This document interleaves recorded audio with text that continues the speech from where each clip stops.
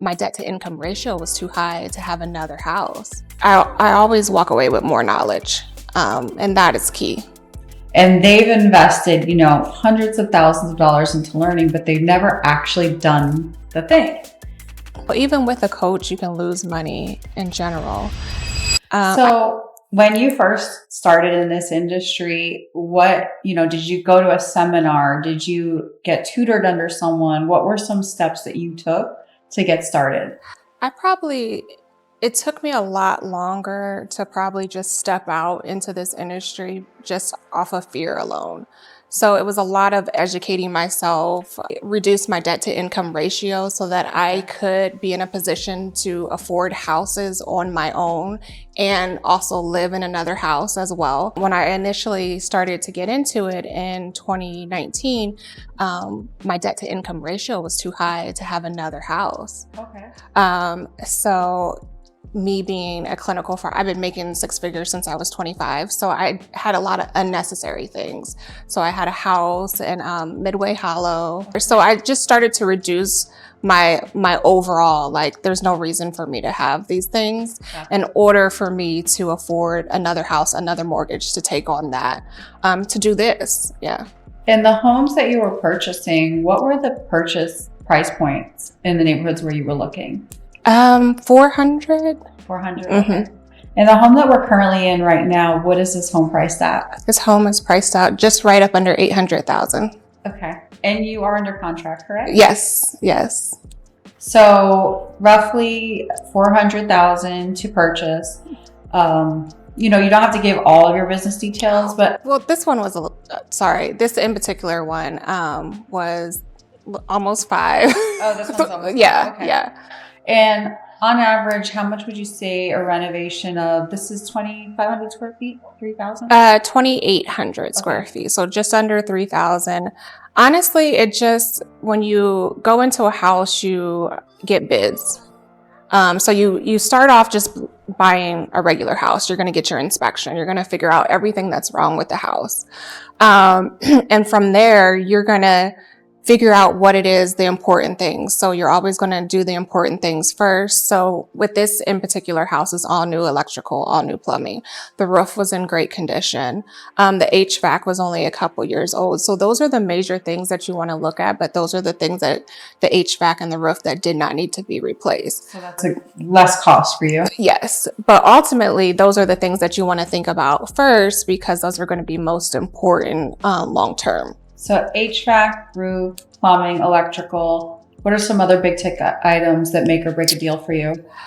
When I got into it, foundation was huge for me, but I'm realizing how easy it is to fix now. So there's a couple deals that I passed on due to foundation. I can just, as I was walking through the house, I was sliding. You can write all down. Yes. And I was very fearful, but I'm realizing how easy it is to fix now. So it's not scary for me to get into it, but it's definitely something that has to be fixed. Nobody's going to purchase a house in this price point with foundation issues. Gotcha. So that's really interesting. It sounds like, the things that you've learned along the way have helped you to change your formula a little bit. Yes, absolutely. Absolutely. What are some pitfalls or takeaways that you could help other people to avoid? Experience is the best key. I mean, I did so much educational background and trying to educate myself and prepare myself with what could happen, but just to be out there and to actually do it is the best experience. And I'm not going to say that I make money on all of the houses that I've done. I've lost money. But I always walk away with more knowledge. And that is key.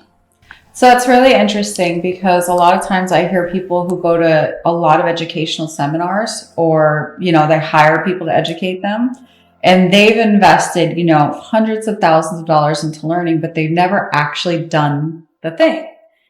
And what I'm hearing from you is that you immediately got your finances and your home in order so that you could do it. Mm-hmm. You got to work and then you said, okay, maybe this one I lost a little bit, but it was a learning lesson. Mm-hmm. Next time I'll do things differently. Yes.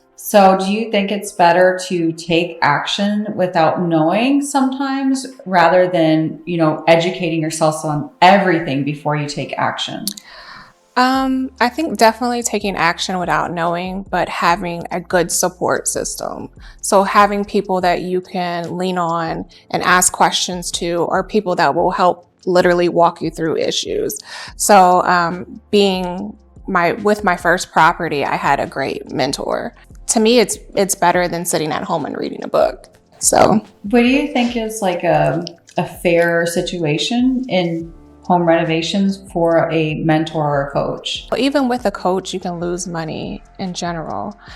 I think it has to be based on the person and what they're comfortable with actually coming out of their pocket for. Gotcha. Because sometimes when you think that, okay, if I pay for a mentor 25, let's just throw out a number, 25,000 for a mentor, they're going to walk me through the process. I'm going to not have any hiccups as I'm going through the process, but that's not going to be the case because every home is going to be different.